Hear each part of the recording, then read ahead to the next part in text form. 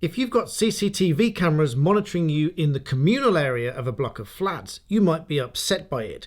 And here's what you can do about it and what the law says about it.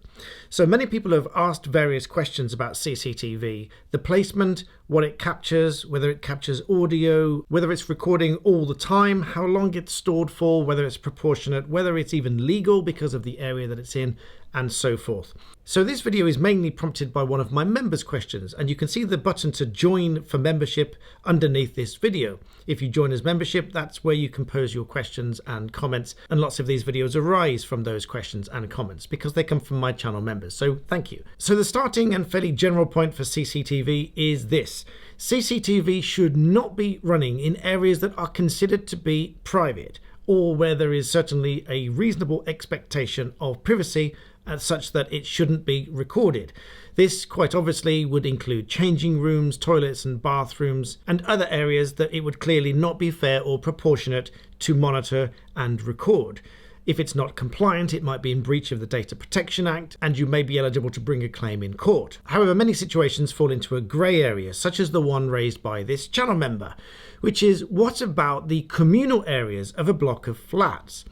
Now, obviously, each individual flat itself is the responsibility of the owner of that flat, but the communal areas are quite often managed by a management company, which may install CCTV, and there might be questions and queries as to who has access to that CCTV. Now, again, it's the same starting point. Is it fair and proportionate to record a communal area if there may be an expectation of privacy within that area? Well, in this case, there are a number of questions that the management company would need to ask themselves before installing and operating CCTV, including whether it's necessary to use audio recording and whether that should be recorded at all. If CCTV is recording, should it record all the time, or should it only be prompted by movement? And is it proportionate if it's recording all the time? How long is the video stored for, and who has access to it? Because if the management company has installed it, then they are going to be a data controller for the purposes of the Data Protection Act. The Data Protection Act provides that the data controller is legally responsible for the processing of personal data,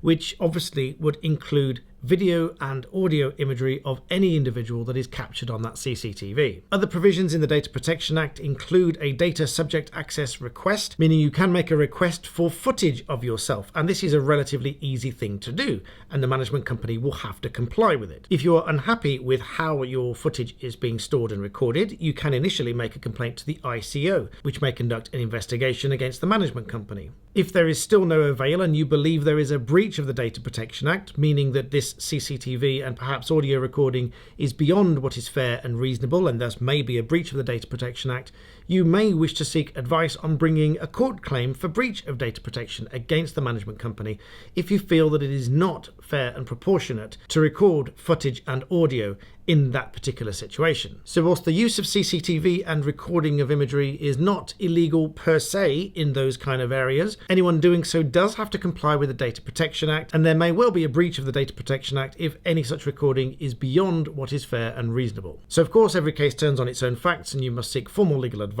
depending on your situation. And if you found this useful and you want to hear more about it, I've linked my previous video about the Ring doorbell case in the description below, which also deals with the Data Protection Act and recording of CCTV and audio. And if you want your questions to be addressed in a future video, you can see the join button down below to join for membership, and I'll look out for those comments as they come in. In the meantime, thank you for watching.